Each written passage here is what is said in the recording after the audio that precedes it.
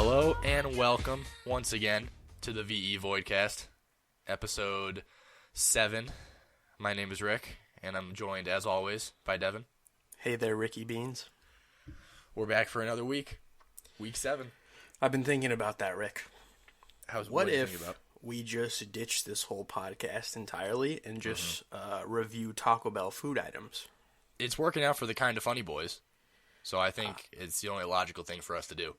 Yeah, because I've been thinking about it, and we can review that Taco Bell, and they'll keep it coming for years. They always have the new thing. We gotta follow the trends. We gotta keep up with the kids. Yeah, is the biggest thing. We're getting old. We gotta keep up with the youths. And the youths love Taco Bell and memes. And Taco Bell is both those things at once. Have you seen their Quesalupa commercial? Oh, God. It's essentially just a lot of dated memes packed into 30 seconds. It's as many as they could fit. But I liked it. I enjoyed it. I took the commercial as using bad memes, ironically. Not sure if they were, but I'm choosing to take it that way. I wouldn't assume so. No, deep in my heart, I know that the Taco Bell executives legitimately thought that those were still dank memes. But yeah. I'm choosing to believe that it was done ironically because I love the Quesalupa. Maybe they got Meme Master Morgan to consult for them on what kind of dank memes to pop into their commercial. Oh, they probably did. He's probably in the credits there somewhere. Well, I mean, he has to have some good money from that, so worth, I guess. Yeah. But if we're using our new review scale, I would give the Quesalupa 2 thumbs up and a nice juicy dong. I would give it the same. It's delicious. You gotta get the beef one, though. Well, you gotta go beef, though, I think. If you get the steak one, but who gets the Taco Bell steak? Come on. Yeah, I mean, it's not better than, the Taco Bell steak is not worth the premium. It's shitty steak. Yeah. The beef is also shitty, but at least you get the premium price. Yeah, because I don't know about you, but the Quesalupas where I live are $2.99, and I was like, that's a bit rough. I thought they were $1.99. I don't know. At the one I go to, they're charging me a premium. Do you get beef? Yeah. I could have sworn the beef one was $1.99. Yeah. I don't know. I went to ASU's Taco Bell, and they don't have chalupas because they suck. So I couldn't confirm if it was just that location. Oh, maybe it is $2.99 a piece. I just Googled it. It's still worth it. Oh, it's still worth it. It's definitely still worth it. But when you buy like 2, and then you're like, oof. I know. It's $6. That's $6. That's over $6 with tax. Yep. It's getting rough. See, we don't need to talk about games at all. We can just talk about Taco Bell. Intricacies of Taco Bell. I was running late to the cast, so I picked up a little Taco Bell breakfast. First time I've ever had it. I had the breakfast scrambler burrito. It's pretty good. It was pretty good. I haven't had it. I got it once. The summer before I came to NAU. Was that the summer when you bought one of everything? Yeah, that was the summer of Morgan's house. And I did. I bought one of everything. And I ate all of it over the course of the day. A $20 breakfast? Yeah, it was worth. It was delicious. I liked all of it. Yeah, it's pretty solid. If they served breakfast all day, I would actually get the breakfast over a lot of their traditional items. There are times when you just want a good breakfast burrito. They got good eggs. They're solid. I wouldn't go as far as say good, but they're solid. I like their eggs because they don't overcook them. They're a little runny. That's fair. Yeah, they are. And that's what I like in my eggs. McDonald's? Well, McDonald's is the disc eggs. Yeah. So those are kind of already, they just warm those up. Yep. I would know. You would know. I would know. I worked there. Yeah, for quite some time. Oh, boy. All right. Are you ready to get into it? Yeah, let's move into the news. All right, bud. Let's move on in. Perfect. Moving into the news. We got this. I like this. Psycho Pass VN coming fall 2016. The Japanese Xbox One exclusive. What a great decision that After was. selling 3 copies, they decided to localize it. Put it on to only PlayStation now. So we're getting it, I believe, Vita and PS4. Also, and I think PC. It is coming to PC. For any of you who don't know what Psycho Pass is, it's an anime. And it's a Now, good one. I'm not sure if I should watch. I was going to watch the anime. That was Psycho Pass was on my short list of animes to watch. Now I'm not sure if I should, because apparently this game expands on the. It pulls a Steins Gate. It's the anime storyline, but it expands on the backstory. Not in the same way. This not in game the same way. takes place within like the first 6 episodes of the anime. Mm-hmm. And it will expand on that introduction, but anything that's it. past that is fair game. Maybe I will just watch the anime then. And the first half of the anime it's good, but the second half is when it really takes off. I might just watch it then, because I really wanted to watch Psycho Pass. It's very good. That's still good. I'm always stoked when we get a nice VN localization, because we don't get many of them. Yeah, at the same time, I'm stoked, but I don't know how good this game is, because no one cared about it, because it was on the Xbox One in Japan. Yeah. So I'm not 100% sure how, That's true. The question is there a reason? Yeah. That it was only on the Xbox One in Japan. And maybe they thought it would sell consoles for them. In a market where consoles are already not a big seller. I hope they made a lot of money off of, like, the exclusivity deal or something. I would have to hope so. Like, I hope Microsoft made a really poor decision and gave, what is it, NIS? NIS? Is that the name of the company? I think that's for America. Oh, that's for America. I don't know. Whatever. It's the 5 PB boys. Ah, yes. The 5 PB boys. I hope that Microsoft just made a huge oversight and paid them a ton of money, so that they didn't come out completely bankrupt after selling like 4 copies. And now they're just scrambling to get as many out of America as possible. Oh, because we'll buy it. Come on, kids, come get your Psycho Pass VN, please. I'll buy it. We need it. It's like that hobo we saw on Mill who asked you if you wanted to be tickled, so we could pickpocket you. Yeah, he was definitely gonna pickpocket me. You look like a kid who likes to be tickled. That one of my better Mill experiences. Yeah, unfortunately. Definitely. That was at least funny. Yeah. At least he was creative. He was gonna rob me blind, but at least he was gonna be creative about it. Oh man. So yeah, we'll see what happens with that VN. I'm not 100% sure on it yet. Yeah. Next up, we got Fates. Fire Emblem Fates. Sold 300,000 copies. I'm noticing in our notes you put 300,000 dingers. Yeah. I decided, instead of writing copies, to just take it to the logical conclusion. And just also, did you say 3,000 or 300,000 right now? No, 300,000. Okay, I thought you had said 3,000. I'm like, that's underselling it, bud. No. 300,000 copies between both versions. That's pretty solid. I believe Birthright beat out Conquest, which was expected. That's the one they want you to play first. That Birthright sold 180,000. So it actually didn't beat it out by that much, all things considered. Especially considering if you were following the game, they made it very clear, I think, that you're supposed to play Birthright first. So really the only people who would have bought Conquest first are the few people like me who just wanted it first, and then the others who just didn't know the difference. But in reality, I guess a lot of people wanted Conquest first, which I can't blame them. Conquest has Arthur. They marketed it as being closer to the older Fire Emblem, so there could have been a fan base. True. Awakening didn't do it for us, so let's see if this does. True. That's very true. But yeah, 300K is a lot. For a handheld, pretty good. For a handheld weeb-ass game. This news comes to us from BusinessWire.com. Oh yeah, we forgot to say the last one came to us from Gamatsu? Is that how you say it? I don't know how to say it. Gamatsu.com? Yeah. Either way. Sources, bud. Sources. We got to get on that better. This is legitimate news. Yeah. People don't just want to take our word for it. They want this. I want the hard data. So, these kids talk about Taco Bell and think they can pull this news out of their buttholes. Yeah, right. We need the works. Yep. So exciting, because Fire Emblem Fates, we're going to talk about it today. Yep. But this is good stuff. This bodes well for I mean, hopefully the next Fire Emblem, and just strategy games, I think, in general.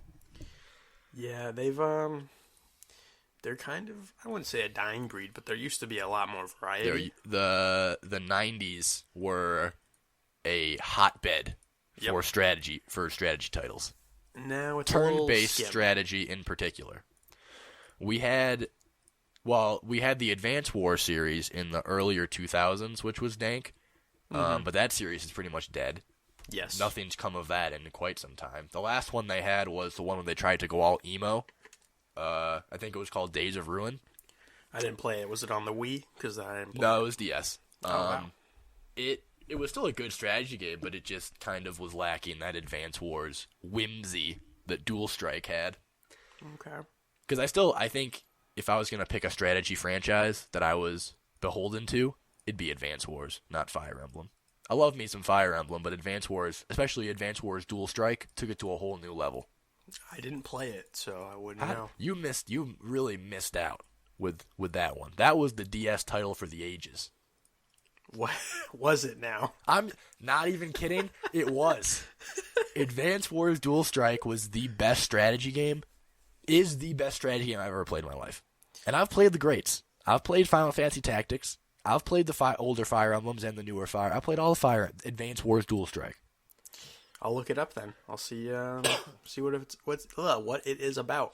I'm pretty sure that game is still expensive too. Oh God. I'm gonna look it up real quick. Do it, bud.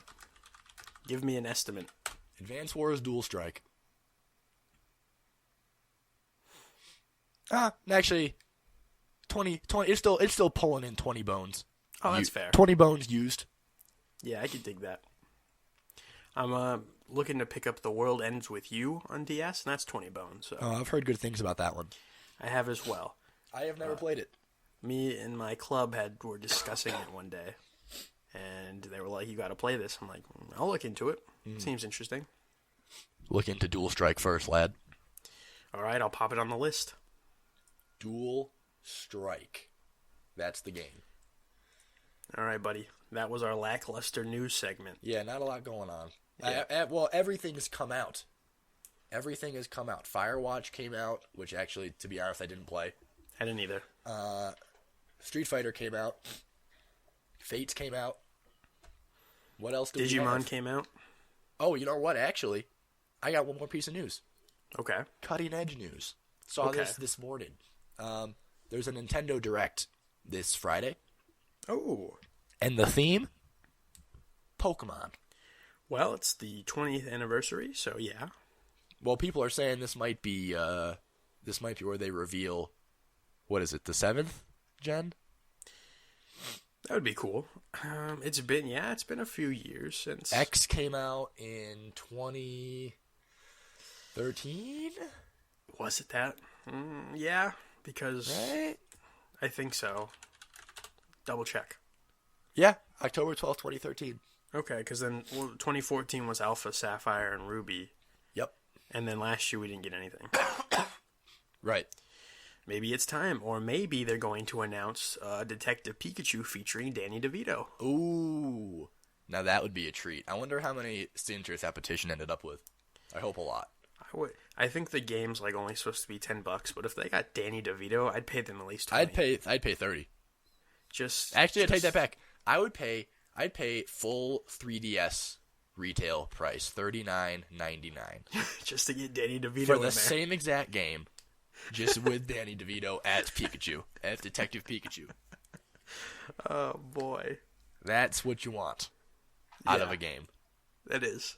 The game could be garbage, and it probably is garbage. But Danny DeVito, I'd give it a 9 out of 10 just for Danny DeVito's voice.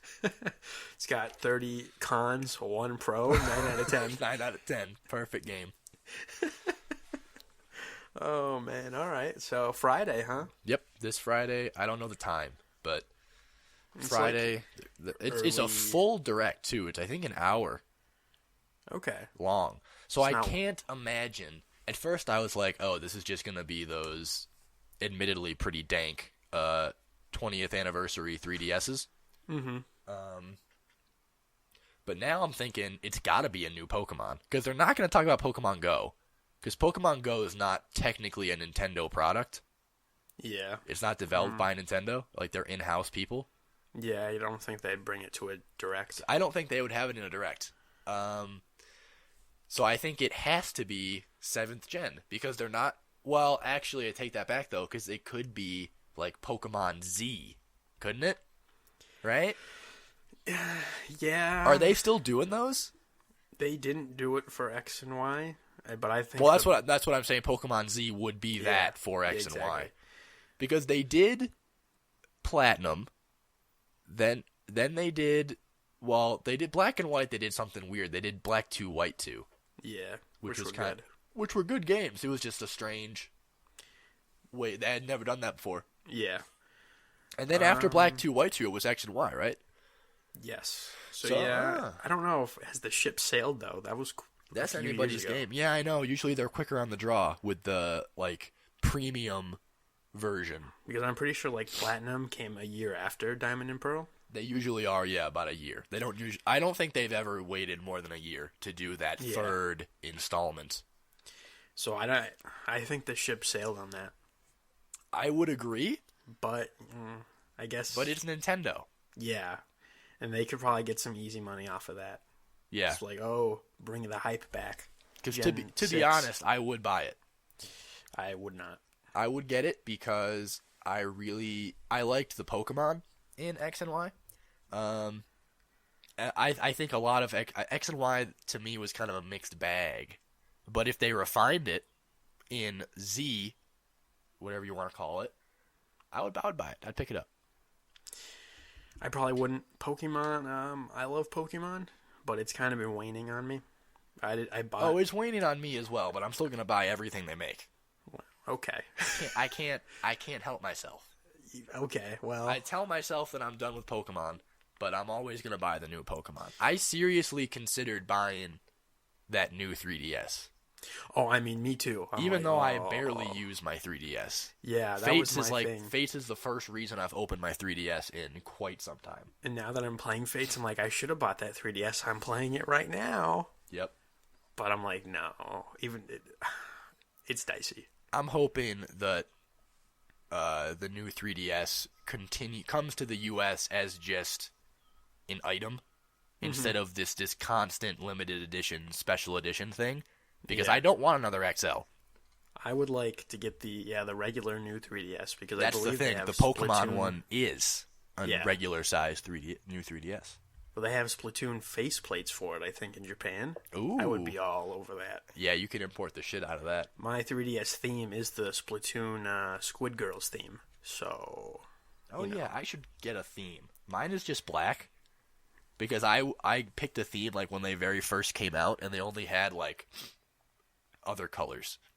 Yeah, since then actually they've released a pretty good amount of themes. I heard think they've there's added custom themes too. I don't know how those work, but I got the Splatoon one, so I don't need anything else. Yeah, true. Splatoon's all you need. Yep. Well, cool beans. Friday. Maybe we'll talk about whatever happens on the next cast. Yep. We probably will. We will. Spoiler alert. Spoiler alert, we will. So, but all right, bud. I think that wraps up the news. Yep. That's news for this week. Now we're going to hit the just some quick Street Fighter V thoughts.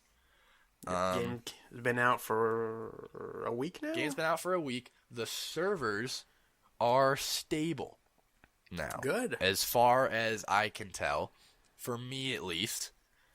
And from what I'm seeing, now that the game, I'm watching, like streams on Twitch or whatever, and the game seems to be pretty reliable now.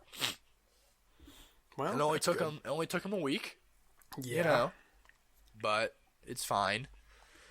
It's working now. It's not fine. It's not. But I haven't played since Fates came out, so I don't have anything to say. I am still really liking it. It's still a little bare bones. Yep. Essentially, you have the dank fighting, and that's about it. Which, if you like fighting games, though, like if you're the type of person to buy Street Fighter day one, the dank fighting is all you really wanted anyway. Yeah, it's true. It's a little disappointing, though. Still. It is that it's not all there right away, but I'm not going to knock them for it because all I really wanted was solid fighting, and and that's what they gave me. Rick, this is why the gaming industry is garbage, because kids like you just take whatever. They take the scraps. Take the scraps. You should want more for yourself, Rick. Oh, boy. Don't just accept scraps. I think the thing with Street Fighter is if you are a hardcore fighting game fan, you aren't mad that there's no story mode. And if you're not a hardcore fighting game fan, you probably weren't following this release anyway, and you'll pick it up in June when it's cheap and the story mode is out. I guess. It's the way I'm looking at it. Yeah, it's still not right, Rick. Principles, man. You gotta have your principles. No more scraps for Frankie, bud. No more scraps for Frankie. I'm going for seconds now. Oh, boy. Danny DeVito's really taking over our episode today. Yeah, I mean, he should take over every episode. Maybe the world, really. I should make the thumbnail for this cast my wall scroll of Danny DeVito. Oh, I forgot you had that. It's pretty big. Like, I bought the biggest one I could find.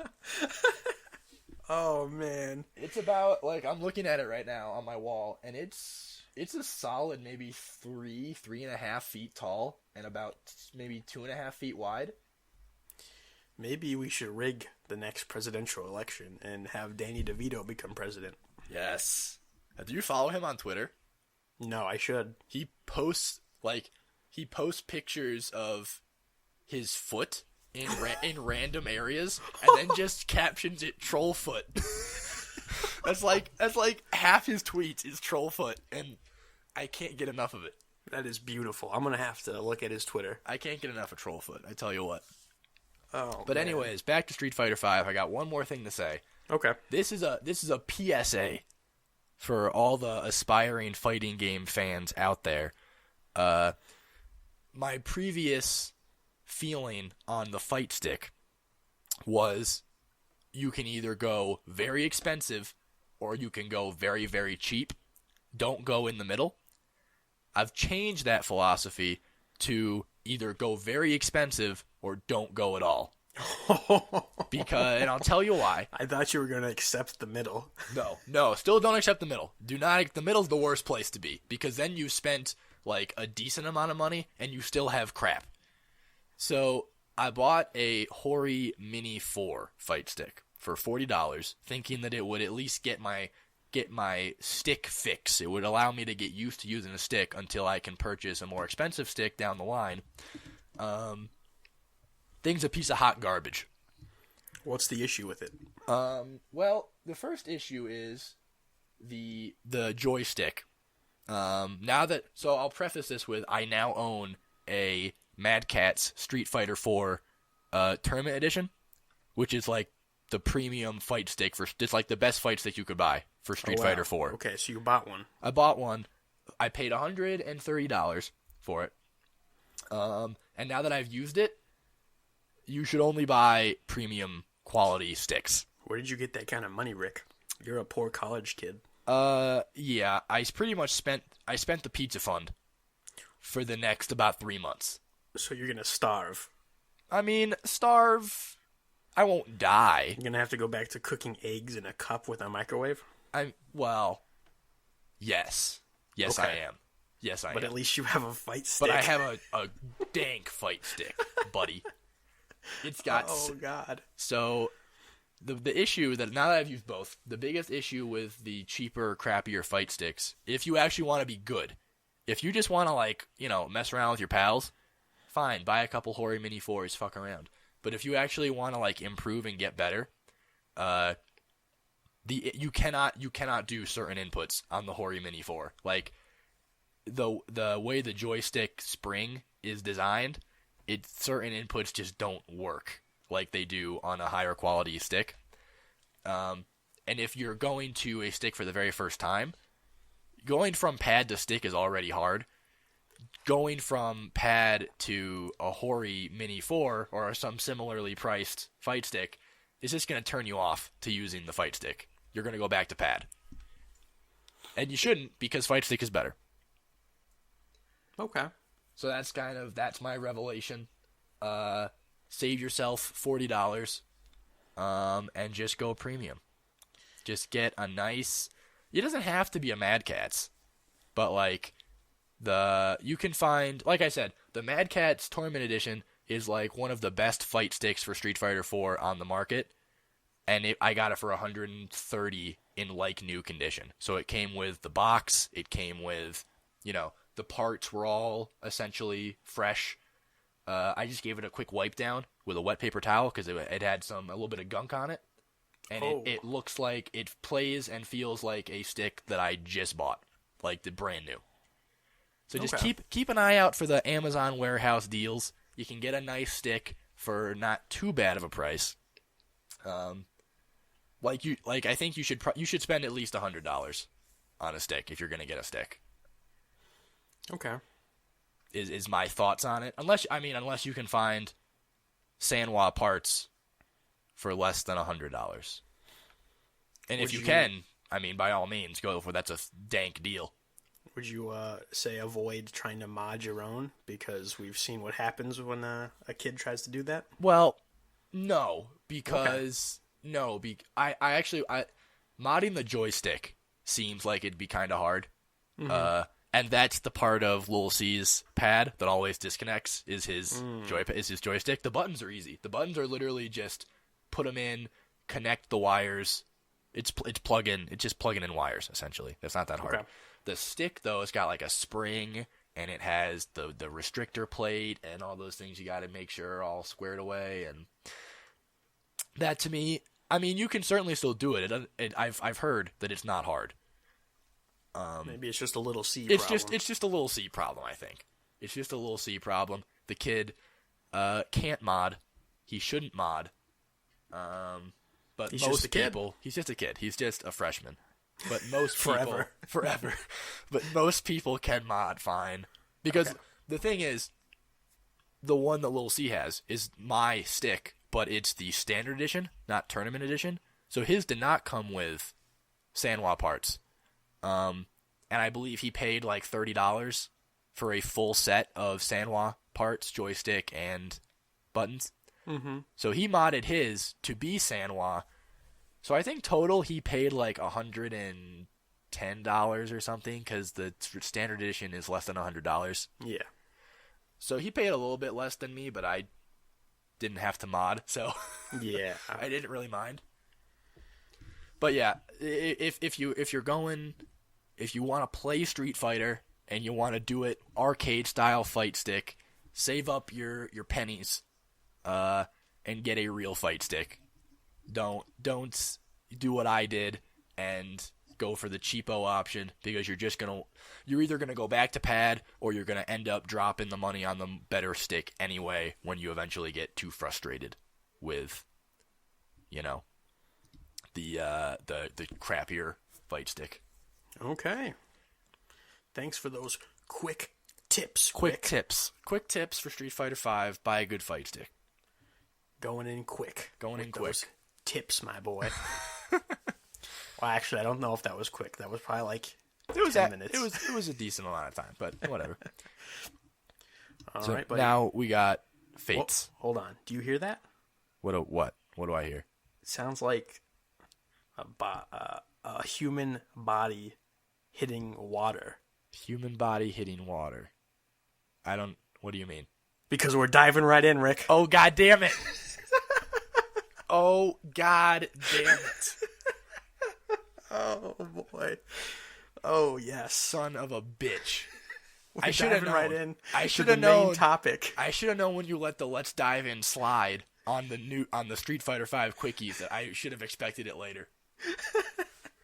Oh, boy. That's right, ladies and gentlemen. It's time for the main topic of the podcast. That salts my buns. And we are diving right the frick in. God damn it. We're talking about Fire Emblem Fates today. Yes, we are. Now, Rick, spoilers. Do you agree with me that we can be okay with like the first 6 chapters, but after that just leave anything out? Yeah, we'll say up to the break. Up to the big choice. Yep. So chapter 6 is the big choice. And so that's where Fates and Birthright diverge. Birthright and Conquest. Yes, Birthright Conquest. Yeah, that's where you get to pick which route you're gonna go. Or if you're like me and only bought one version of the game, you don't get to pick. Yeah. So anything before that is fair game on spoilers. It like takes 2 hours to get to chapter 6. But anything that's actually going to spoil Birthright or Conquest, we're leaving out of here. Yeah. So if you have any issues with that, I'll leave some timestamps for you to skip. There we go. Because I know you want the rest of the podcast because it's just you do. so darn juicy. It's a juicy cast. Mm-hmm. There's no doubt about that. So, all right, Fire Emblem Fates. Are you ready, bud? I was born ready. Game came out February 19th here in the States. Yep. It was a Friday.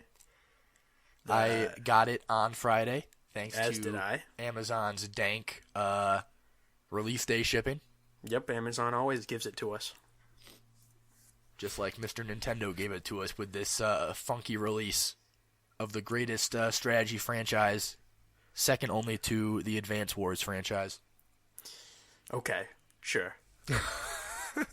So, Rick, which version did you pick up? Oh, I think we said it already. You got Conquest. I got Conquest. Yeah, and I'm playing Birthright first. I'm about halfway through. I think you're about halfway through as well. Do we know how many chapters there are? 28. In both? Yeah. Oh, okay. Then yeah, I'm actually exactly halfway because I'm on chapter 14. Okay. So, how are you feeling about it? I really like it. I haven't played Birthright, but I've played Awakening, and people have said that Birthright is essentially another Awakening. Yep. And I will say I prefer the style of Conquest. Why? It's a lot harder, which I like because I thought Awakening was really easy. It is. It's very easy. Conquest takes away your ability to grind. I think if you pay for the DLC, you can still grind the DLC. But it does not have those repeatable battles that you can just do to make sure your guys are at a proper level. Yeah. So a big part of older Fire Emblems was who do you want to get that XP from killing those enemies, because it was important, because certain, let's use Awakening as an example in case people haven't played Fates yet. You have Frederick in Awakening, or not? Mm-hmm. Yes, Awakening, right? Yes. He begins the game, mission 1, as an upgraded unit.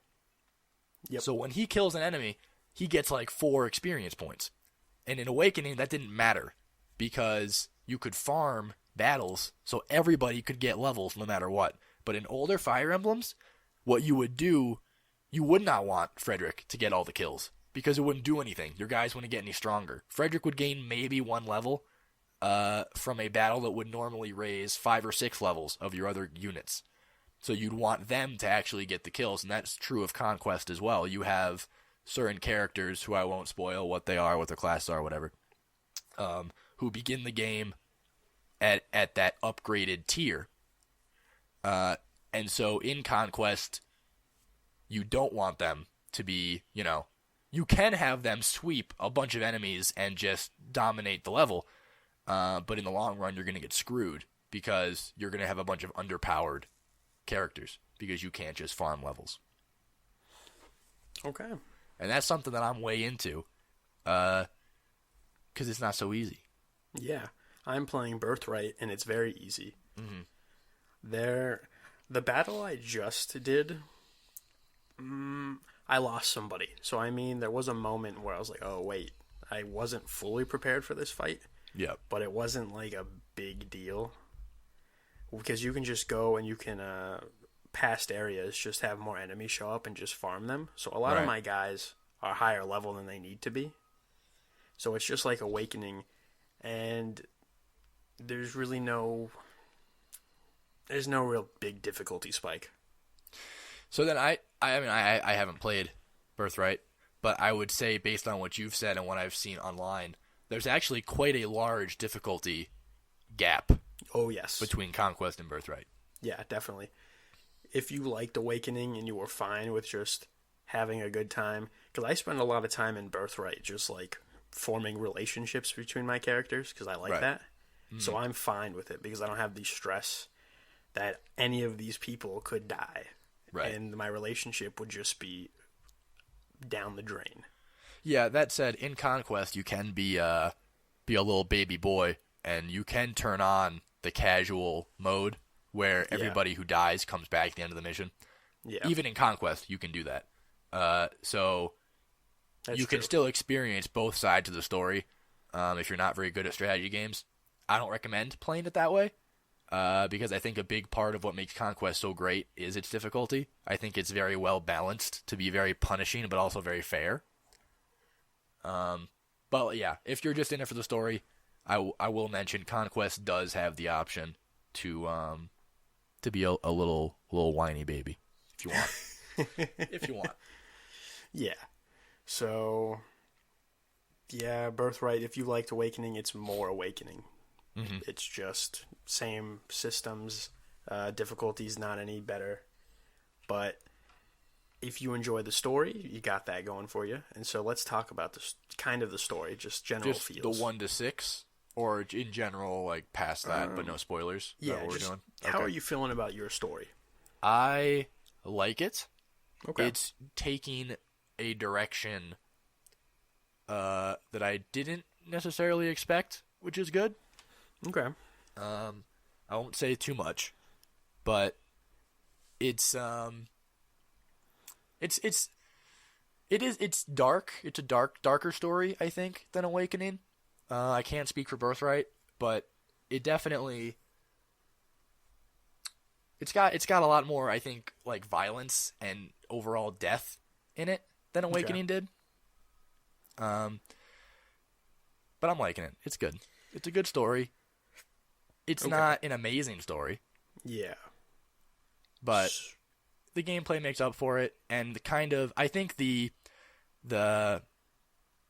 character relations are good, and they kind of prop up a pretty mediocre story. It's Okay. the characters are really great, and the way they interact with each other within the story is really great. The overall story is, yeah, it's there, and it's fine, and it's interesting at points, but Yeah. I wouldn't call it a superb story by any stretch, really. So for Birthright, story-wise, not impressed. Oh, really? It's I feel like from when I started off of chapter 6 till now, it's been like a straight line of what we've been doing, which kind of served a purpose to help build the world, but mainly just for you to meet other characters. Yeah. I didn't feel like I'm getting to the part now where we're getting into actual story, but I didn't feel like any of that served a good purpose. It was just like this, let's go do this, blah, blah, blah. 8 chapters later, we're still doing it Yeah. because we need to find a way to meet characters. So the story, I'd say, is mediocre for Birthright. I do think Conquest looks to be the more interesting story, whereas Birthright's a very plain kind of, I would say, it's a goody-goody story. It's You're the hero. You're on the side of good. Let's dance. So, because Awakening, I didn't think Awakening's story was like great either. I thought it was fine. It was solid. I think it had at least some interesting twists and turns, like the whole time thing. Yeah, definitely. Which, by the way, in Fates, they completely like gloss over how the kid thing works because they don't have that time mechanic in Fates. They throw out like this 2-line explanation about why the kids are suddenly able to fight with you. I was a little salty. It's ridiculous. It doesn't make any sense. My issue is they don't need to shoehorn having kids in the game. I felt like Awakening, it was a really cool thing. We don't need it for every game. They could have just added more interesting regular characters. Yeah. But yeah, I was talking about that with someone. Like, you don't need to shoehorn this kid mechanic in every game now. Like, I don't want the next Fire Element to have it as well. Make it, if it makes sense to the story, then do it. The marriage thing is fine. Have that in every Fire Emblem, no big deal. But you don't. The playable kids was kind of an Awakening thing. Yeah, like it was because of cool for the time travel. Yeah. But Fate has no time travel. Well, yet, as far as I know, it has. I don't think so. I haven't beaten the story yet, but for so far, no. Yeah. And they have that astral dragon plane thing, and they're just like, oh yeah, kids grow up real fast here. That whole thing, like even just its existence, that happens before Chapter 6, right? Yeah, it's just to serve a purpose to give you a base building area. I'm like, what? I was fine with that aspect of it. I like the base building, and I'm like, fine, but I don't know. I didn't. If it I was fleshed fine. out better. I was fine with the dragon astral plane thingy, as long as it was limited to base building, because I thought that was kind of neat. Like you have this kind of from a story perspective, they didn't do anything. Like it doesn't serve that great of a purpose. I don't think they had to necessarily. It would have been nice. It would have been nice, but I don't think. I think where it really starts to salt my buns is when they use that astral plane to shoehorn the kids in. When it was just the base building, I was like, I see what's happening here. That's fine. But when they shoehorned the kids as like that's the explanation where they have this astral plane where they grow up real fast, that's dumb. Just don't have kids in the game. It's fine. Use that time to make some more characters. Exactly. Just regular adult characters. It's not a big deal. So another thing on story, back to me, how I felt about Awakening being like it had moments and it was okay, it was solid, but it wasn't anything special. Right. I was like looking at the Hoshido story, thinking, could this have been better if they didn't make 3 versions of this story? Did that take away from what one game could have been? But I was like, Awakening didn't break any new ground either, so maybe not. From Conquest, I would say no. Yeah, so I think Conquest, the story is as good as a Fire Emblem story can be. It's a good story. I don't want to knock Conquest story too hard. It's a good story. It's not anything groundbreaking or revolutionary, but I think the character interactions in it are above average, and the story itself is good. So I mean, I don't think if they just made Conquest, the story would have been altogether better. Okay. I was just thinking about that because Birthright, the story's fine. It does what it needs to do. I mean, Birthright. That's nothing special. The Birthright story seems to be weaker than the Conquest story. I think the Conquest story overall is more interesting concept that they haven't really explored, and I don't think Birthright treads literally any new ground for the series. Yeah. At least not. I'm only halfway through, and I am starting to feel like, oh, this could get somewhere because I did get to a point where like, oh, this is interesting. Mm-hmm. Maybe this is going to go somewhere, but that build up to that point was like, ugh. Yeah. Why am I really doing this? Because I know what's going to happen as soon as I finish this. Like, it's an obvious thing. Right. So that's story. Gameplay. Gameplay. I mean, it's pretty much it's the same. Fire Emblem. It's Fire Awakening. Emblem. It's good. The same systems. There's a little improvements, and I do like the balancing they did for like pairing up. Yes. Yeah. Awakening. Yes. Pairing up now is a lot less effective. Yeah. Pairing up was broken in Awakening. Like, yes.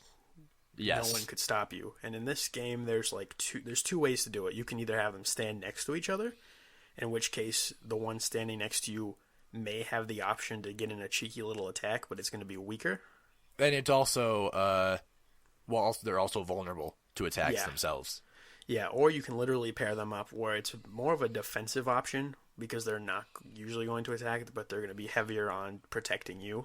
Right, yeah. So, like, that's what I did with my protagonist and one of the characters, Felicia. I had them pair up almost constantly, and Felicia would hop in and there'd be no damage. I wouldn't take damage for that attack. And she would do that often, which was good. It did suck because I essentially lost a healer, though, because Felicia's a healer, and she can't use her abilities when she's paired up. Yeah, for the first part of the game, I did that where I just paired up everybody, and I'm at the point now where some characters they'll stand next to each other because they get those bonuses from the S-rank relationships. Right. But they are good enough to fight on their own, whereas other characters, like my healer, I give her someone to give her that defensive option so that she can run around and heal people. Yep. So you have to just kind of learn how you want to use the pairing system. But early on, it's easy to pair people up because you want to get those relationships and stuff, but then you realize your characters are now You also get pretty the weak. relationships from being adjacent as Yeah, well. exactly. So But it adds a lot more depth between do you want them adjacent or actually paired up, because they both have their benefits, whereas Yeah. in Awakening, pair up was the only option. If you had them next to each other, like, it was fine, but it'd be better if they were paired up, like definitively better. So I like that change. yeah, I it was a liked good balance. enemies can pair up now, which is interesting. Yeah. And then so you kill, if they're paired up, you kill one, And then they there's just another leave one. the other one. Yeah. But they're also stronger, so Yep. That was cool. Add some difficulty to the game. yeah. Other than that, gameplay wise, the Dragon Vein system I've found to be I'm only on mission 14, but so far I haven't found a use for it besides the tutorial for Dragon Vein where it actually made a difference, the mountain mission Yeah. where you're collapsing the mountains, because you literally have to Dragon Vein to beat that mission. But after that, the optional Dragon Veins in the missions themselves, there was the one, I'm trying to think, is it after mission 6? I don't want to say. I think so. It's after mission 6. I don't want to say. There's not a lot of dragon veining Yeah. before because you don't really, I won't say you don't specifics get then, full control. but I will say they don't have the impact that I wanted them to have. For anyone who doesn't know what dragon veining is, your character, there's like spots in the map where you can activate something to happen that only your character can do. There's actually a selection of characters. You have to be of royal descent. Oh, actually, I haven't tried it on the Hoshido side, so I don't know. I know that the Conquest side, there are people that can do it. I don't know about Hoshido. Maybe Hoshido can. I'm not sure. But yeah, on the Nor side, there are a number of characters that can do the Dragon Vein. Yeah, so that like adds a new element to the maps, but it's done pretty simplistically. Like most of the time that I'm gonna do it, it's completely set up for me to like do this specific thing. There's no like It's not a strategic choice. It's just they obviously want me to do this now, so I'm gonna do it. Like this one weakens enemies, and like what the enemies are all standing in there conveniently. So okay.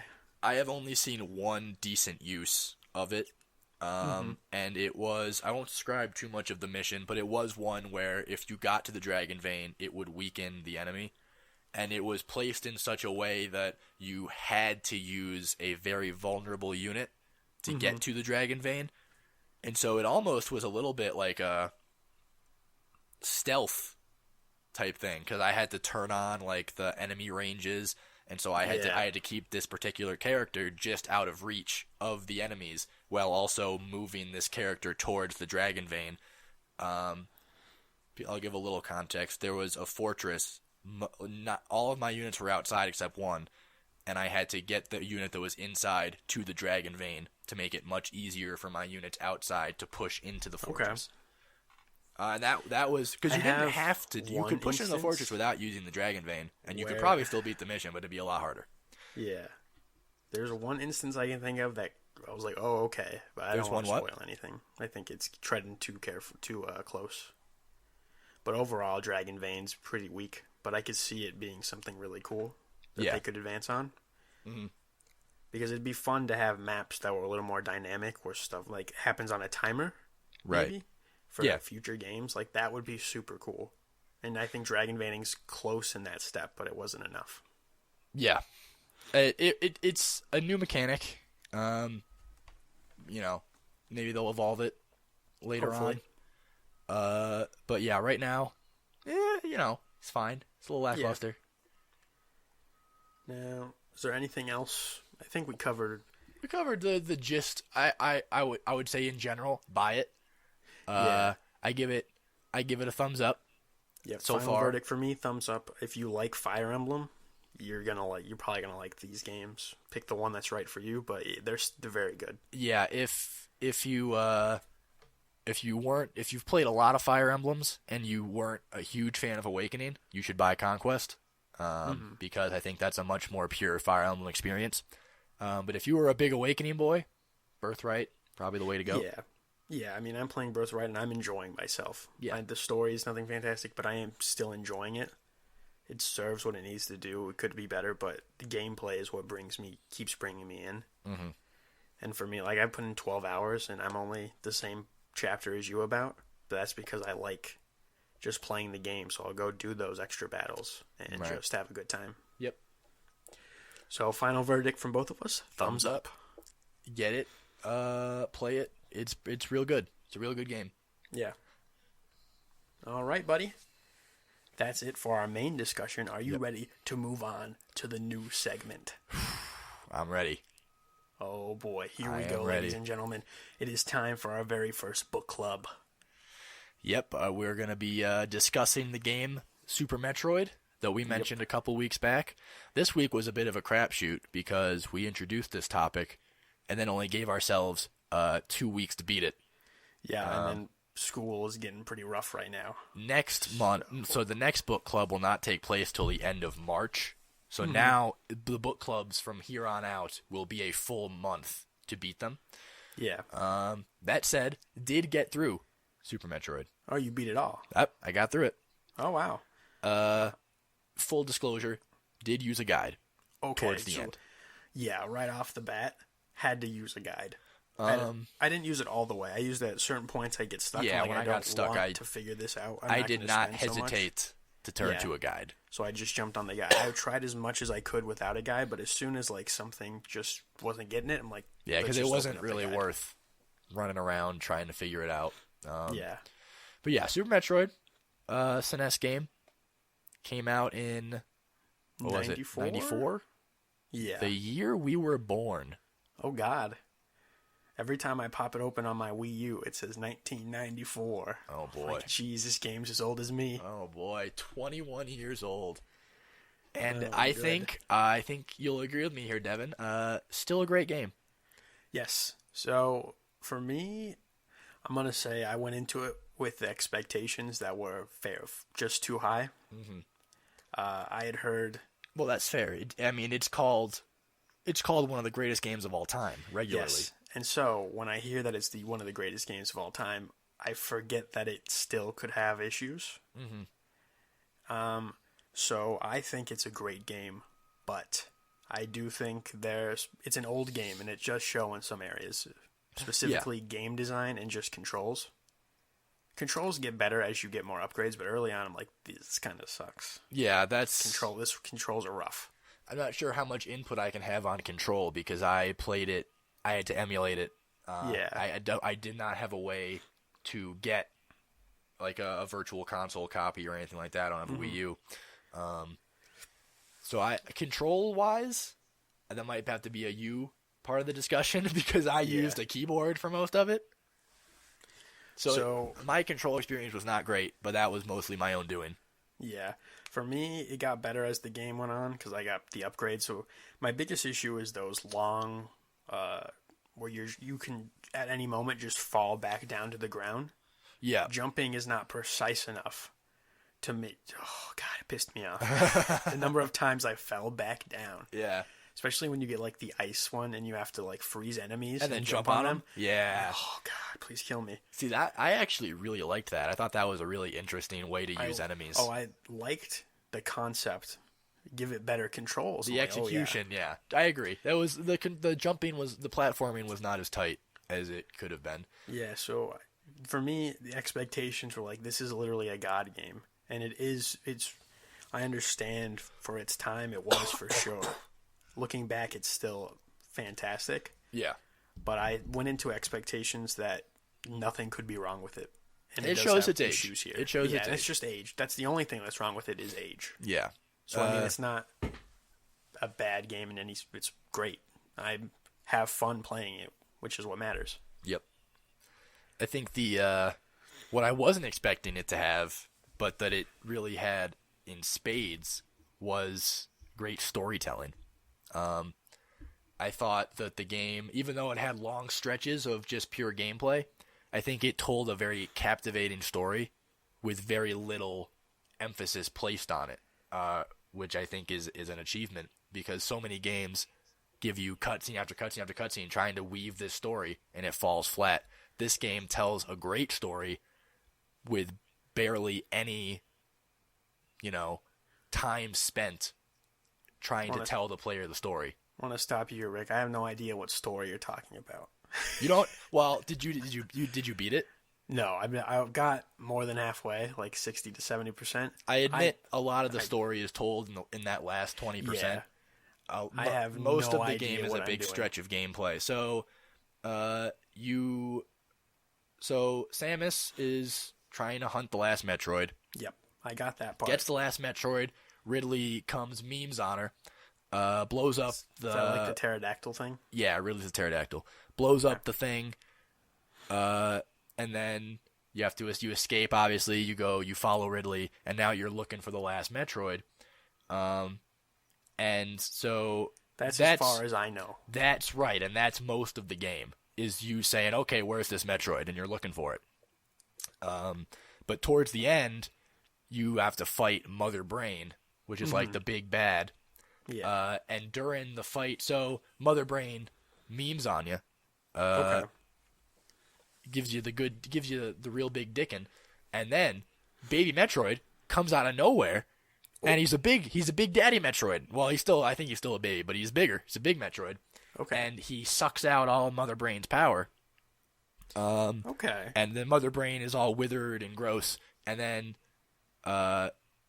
Baby Metroid starts pumping you full of juice, but as he's pumping you full of juice, Mother Brain gets back up and starts shooting the Metroid, and the Metroid's tanking all these hits while it gives you all the juice. And then it finishes giving you the juice, but it dies in the process. Baby Metroid. Baby Metroid dies, and it's actually pretty fucked up. You're like showered in its remains. Its remains just drizzle onto you, and then you're mad, you're salty. So you have the hyper beam, and then you just blast Mother Brain right in the ass. Meme on you, Mother Brain. So, okay, that makes sense, because early on, like, it opens like, oh, this Metroid thinks of you as its mother. So that comes full circle. Yeah, it tells a very captivating story, I think, with very little like cutscene. Well, no cutscenes, honestly, except for the very beginning. Yeah. And it makes you care about these characters without really any characterization, which I think is not easy to do. Yeah. Now, since I didn't beat the game, when it came to story, that wasn't one of my knocks for the game. I honestly, it's so old, I didn't expect there to be some sort of story. Yeah. So I was like, story? Okay, this isn't a knock, this isn't a plus, this just doesn't compute into my rating for it. Right. Yeah, I would give the story a big plus, especially when you consider the time period. Yeah. So just listening to you tell a story, even though you used words like meme, I was digging it, and I do plan to finish it. It's just I couldn't finish it yesterday. Yeah, I'm gonna finish it soon, but yesterday was not the day. It's a pretty good story. I'm into it. I also really liked the general art design. Oh, art and sound? Yeah. Holds up very well. Fantastic. Like this, I was like, oh wow, its art style looks very good, considering how old it is, and I'm digging the kind of atmosphere it sets. Yep. So that is one thing that held up perfectly for me. What was your favorite area?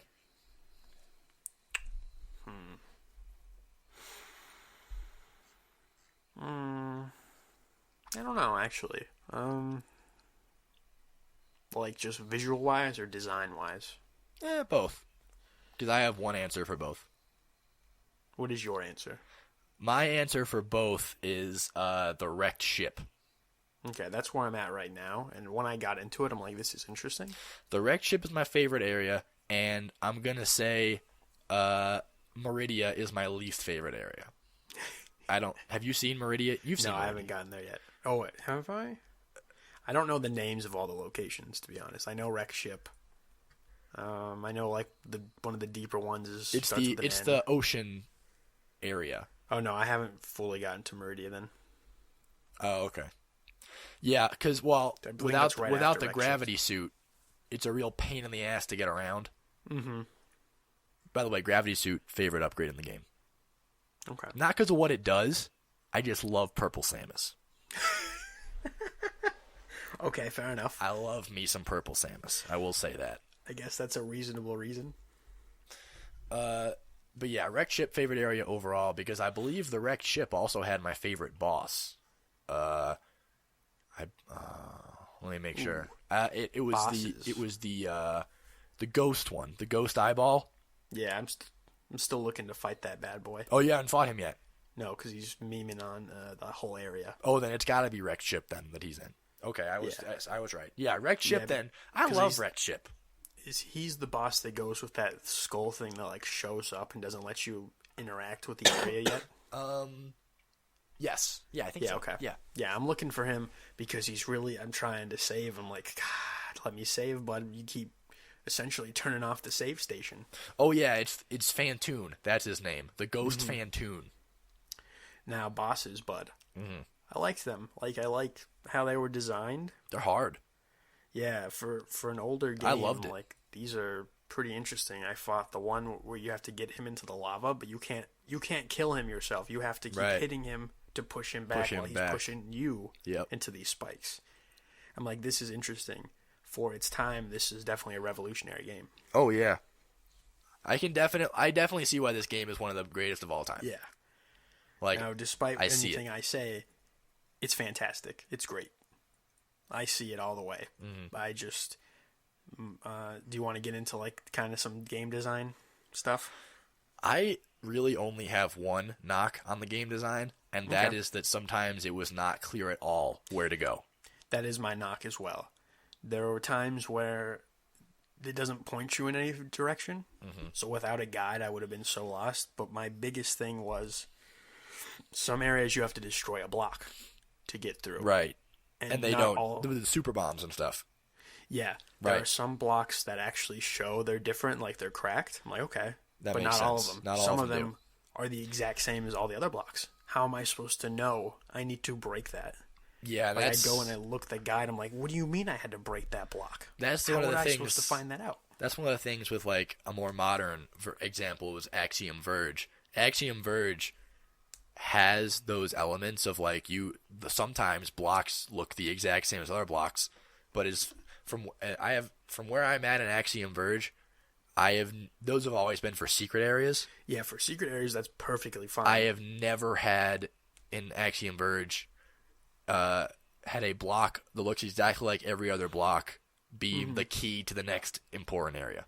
And that to me is not good game design. Yeah, there was a point where you're like on this metal platform, and I didn't know one of the parts is breakable because you can't tell, and that's how you get down to the I forget which item it was. And so I was so frustrated. That's when I finally was like, I have to use a guide for this game. Yep. Up until then, I'm like, I don't want to, and that was the point. And when I realized that's what I had to do, I was really pissed off. I think that maybe if we had had a full month to play the game, I would have been more okay with... Because a big part of the Metroidvania genre is exploration. And running around, trying to find stuff, just poking around. A block that doesn't show you or doesn't say anything that's like, oh, hey, I'm different. That's not part of exploration for me. For a secret area, yes. That's fine because when I blow something up by accident and that happens, I'm like, oh, wow, that's cool. Mm-hmm. When I'm specifically looking for an entrance, that's not okay. Yeah, that's fair. Not okay, fair. Buddy. It was like, that's where its age is really showing. Oh, boy. But overall, liked the game. I'm going to finish it. Yep, I recommend you do. It's an important game in history. This is a game now that I am actually, now that I've played it on an emulator, I really want to play like on an SNES. Yeah. When I wanted to buy an SNES before I realized the games were $60 to $80 still. Yeah. That was the number one game I was going to pick it up for. Yeah, I might look into maybe doing like a flash cart or something. Mm-hmm. I don't know. Because I want to play it on a SNES, but I'm not going to pay $60 for a used copy of Super Metroid. Not a chance.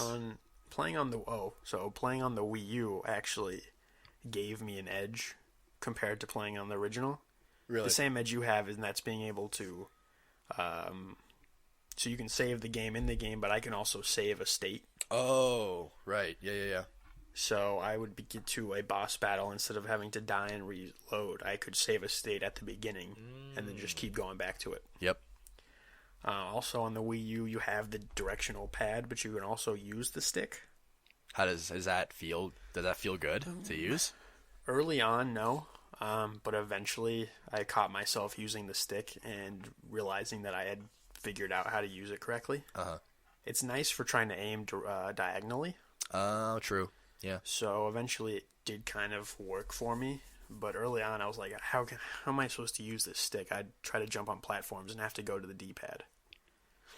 But that could have also been the fact that you can't jump very high, but there's areas that you don't realize that you can eventually get to when you have better jumps. So I was trying to get to those. I'm like, why isn't this working? You have the super jump. You got the wall jump. Yeah. Got all kinds of jumps. So that's the advantage of the Wii U, mainly the states that you can save in. Mm-hmm. So that was nice. I think would have been a lot more frustrated if I had to reload and fight bosses. Yeah. Yeah, I can agree with that. But there is something to be said playing it originally on an SNES. It's just the feel. Yeah. It's got a good feel.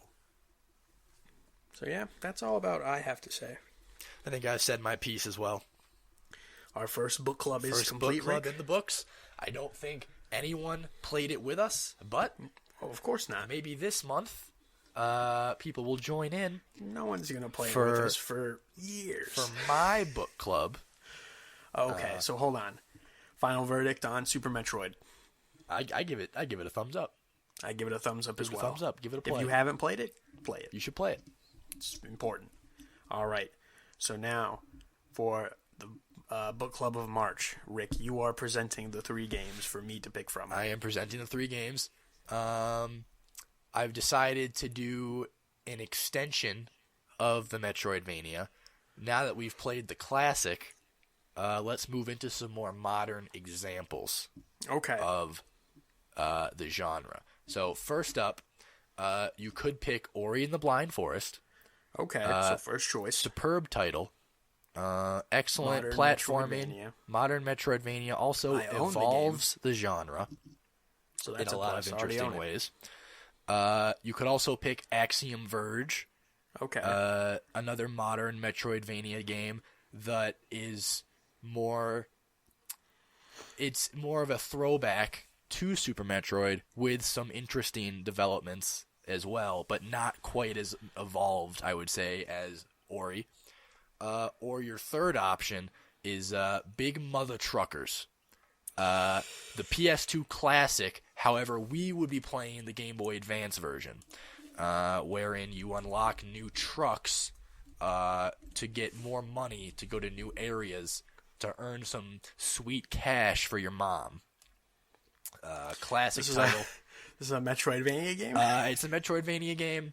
It has unlockable tools, expansive, explorable. Big Mother Truckers comes under the racing genre. Well, you know, what is a racing game anymore? That's a whole nother discussion for a whole nother podcast. Point is, right now you got 3 games to choose from. Is there collectible monsters? There's definitely an element. There's an element in there. Is my father Tim McGraw? You did listen to the latest episode of Cool Games. I listened to it yesterday, yeah. It was a good one. It was a real winner. Oh, boy, what a choice. Yeah, you got some good options. That third one, though. It's tempting. It is tempting. It's getting great reviews. Yep. All over the place. IGN gave it a 6.3. Oh, boy. GameSpot 6.2. Now, that said, that might be the PS2 version. As I said, we're playing the Game Boy Advance version, which may be higher or lower, I'm not sure. We're about to find out, so I can make an informed educated decision. decision. 5 out of 10 from IGN. For the Game Boy Advance version? Yep. Let's read a few pros and cons here. Okay. Well, this is an old article, so I don't know how they do things anymore. I think they still did pros and cons. 5 for mediocre. Okay. This took me to a Smite beta video. So there's just no description. Okay, well, Rick? Yep. I can't make an informed decision on Big Mother Truckers. I don't own Axiom Verge, even though I think it's on sale right now on PS4. But I do own Ori and the Blind Forest. Okay. So I will be picking Big Mother Truckers. I'll be picking Big Mother Truckers for the Game Boy Advance. I'll be picking Ori and the Blind Forest. Fair enough, my boy. I couldn't even finish it. So then that means that the podcast, it'll actually be March 30th. March 30th, ladies and gentlemen, we will be talking about Ori and the Blind Forest. Yep, we'll be talking that Ori news. Unfortunately, we will not be talking about Big Mother Truckers. We will not. I apologize. To anybody who wants to pick it up, I recommend it. Who's already excited for us to talk about it, and he's like, oh. They're not doing Big Mother Truckers. Why did I even listen to this podcast? Big Mother Truckers, I would definitely give a thumbs up. Buy it. And, really just enjoy the art that they've created, that the devs created with Big Mother Truckers. No. And there's a sequel. They got a sequel, so that's how you know it's good. Well, when it came out, times were different. It's a lot less structure. You could run free.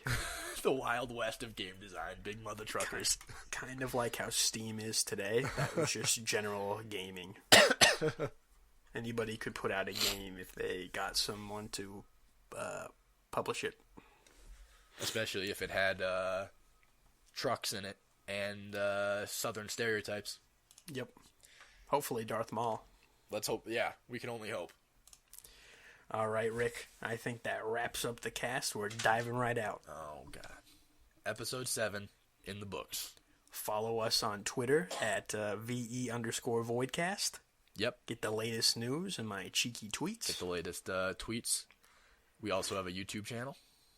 Where we do, actually. Quite frankly, right now, it's just the podcast. Yeah, but in YouTube video form. So Darkest Dungeon Cast, Rick. What happened? Right. We got to give some closure on that. I recorded it Sunday night, and it sounded like a pile of hot garbage. I have no idea why. Have not had a chance to re-record, so I'm going to try it again this Friday. Do a couple mid-take sound checks just to make sure everything is sounding okay. So hopefully that will be up Friday night. Okay. But yeah, sorry about that. Unfortunately, I'm sure people were eagerly awaiting. My sound just decided to go all screwy. Okay. Well, ladies and gentlemen, it was good talking to you. It was a good hour 15.